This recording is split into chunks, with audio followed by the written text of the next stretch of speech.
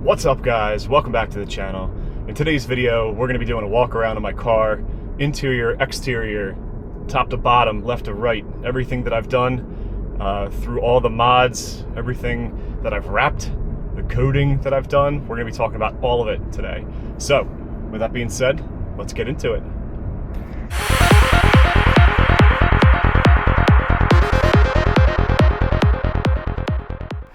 We'll start under the hood.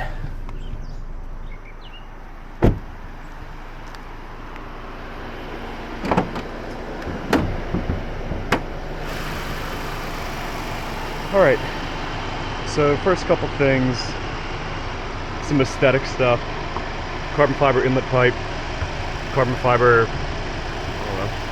engine cover, and the carbon fiber ECU cover. Now, before the comment section goes crazy, I haven't had any issues with the ECU overheating, so no worries there.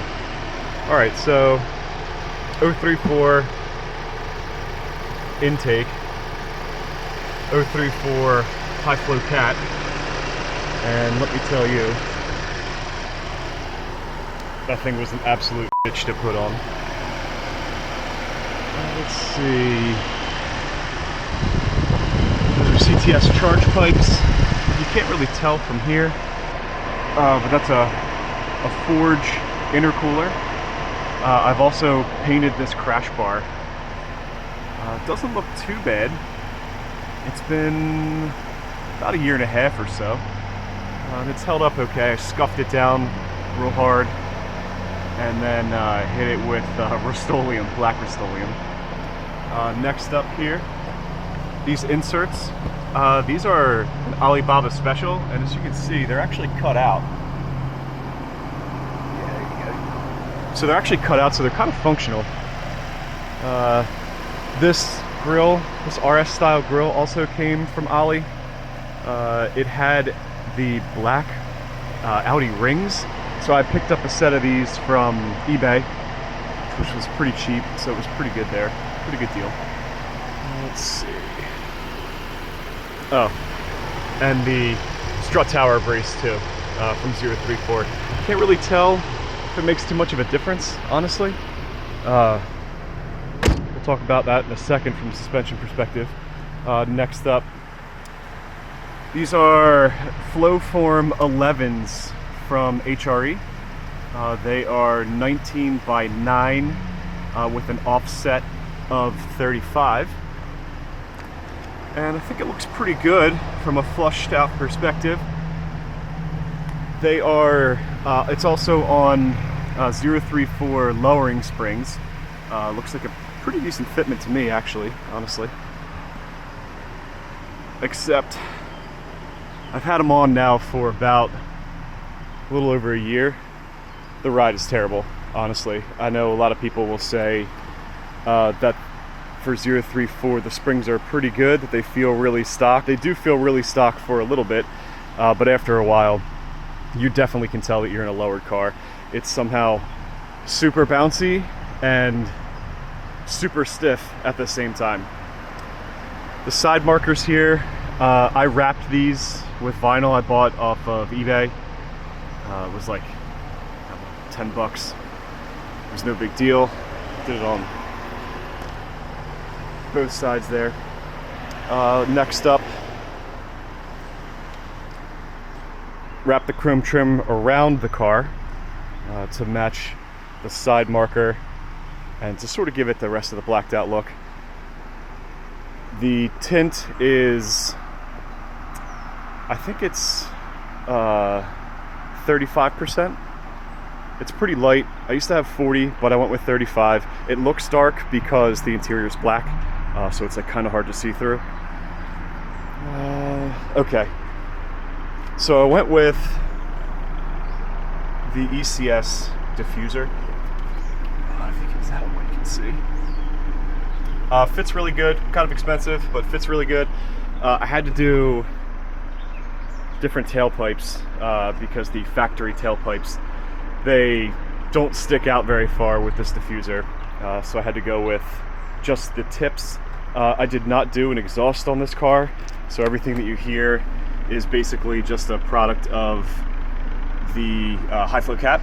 I didn't go with an exhaust in this car yet because my opinion, these cars sound kind of terrible with every exhaust that's on it. Maybe the AWE brand exhaust might sound best, but in my opinion, these things, I don't know, they don't really sound that great. So we'll see what I do there. Just a cheap lip from, I don't know, probably got this again from eBay.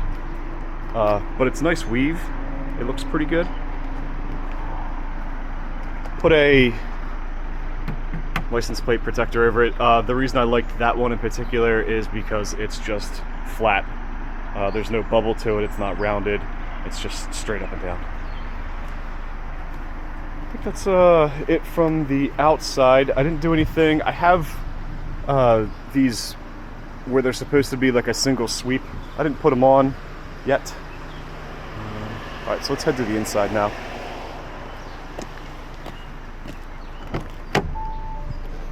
And sorry for the mess.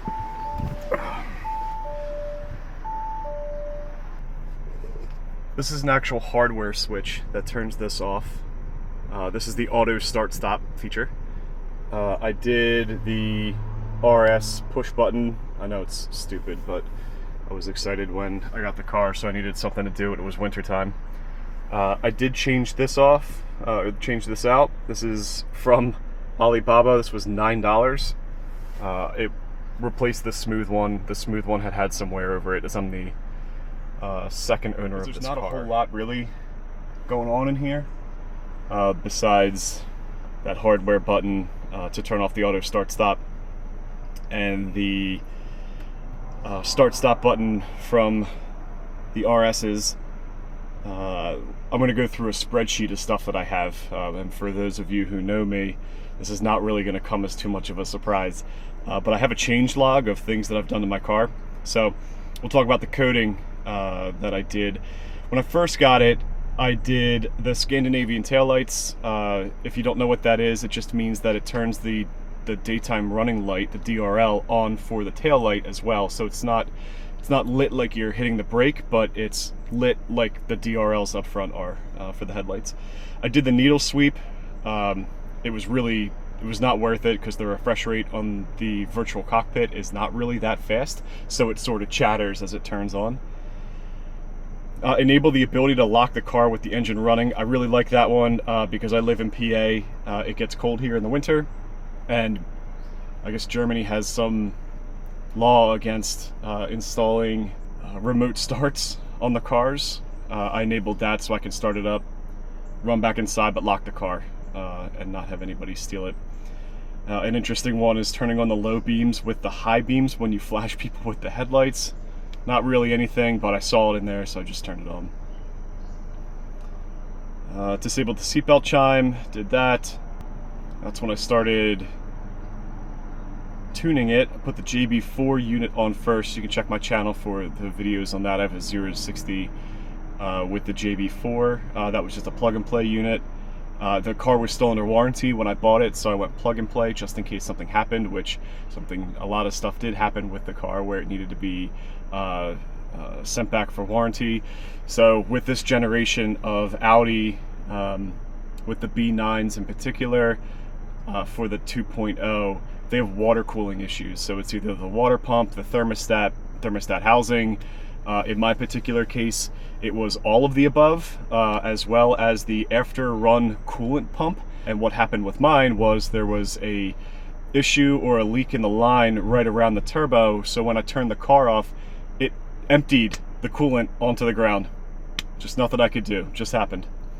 Took that into the dealer, so the dealer replaced the after-run coolant pump. They did the thermostat housing, and the coolant pump itself, all under warranty, because the vehicle was under 50,000 miles at the time.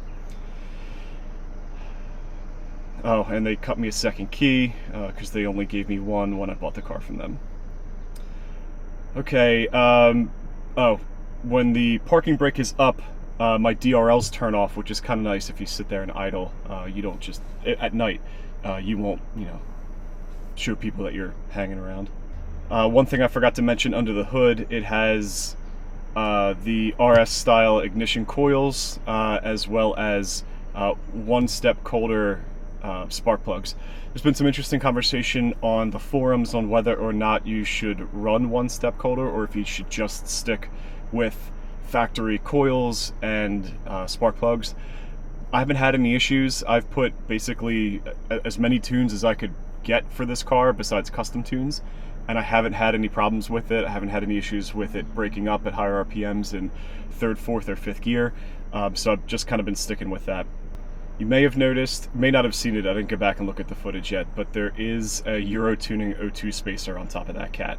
We have emissions in Pennsylvania, so there's that. I did put 2 dash cams in the car, so I have one right above this camera, and then if you can see, there's one right there against the back window. Kind of nice. I really did it because I didn't want to get my wheels stolen. So I wanted to make sure that I was at least keeping my eye on the car at all times. They have incident detection, so if somebody like hits the car too hard, they'll, capture the event. So that's pretty much it. I do have plans on taking the car to get dynoed. I do have some like preliminary on paper numbers that the car makes. It's supposed to be making 377 horsepower and 404 pound-feet of torque. That's definitely not at the wheels. That's definitely numbers from the vendor who is trying to get you to buy their tune. I don't know if that is necessarily super true, but with the cold air intake, the high flow cat, the ECU tune, and then with quicker shifting, I'll get better numbers. I do plan on taking the car to a place called RT Tuning to have it dynoed. RT, I did all the work to the car myself except for the suspension and the chrome trim wrap around the outside of the car.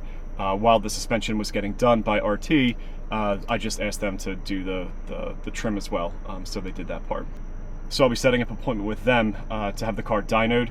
Hopefully they'll let me film it. If not, maybe I'll be able to get them to do some filming for it, but I'll definitely have numbers. I'll definitely have the printout and definitely be making a video on it. So that's everything I got done so far on my car. If you have any questions, leave them down in the comment section. Comment, like, and subscribe, and share. And I'll catch you guys in the next one. Peace.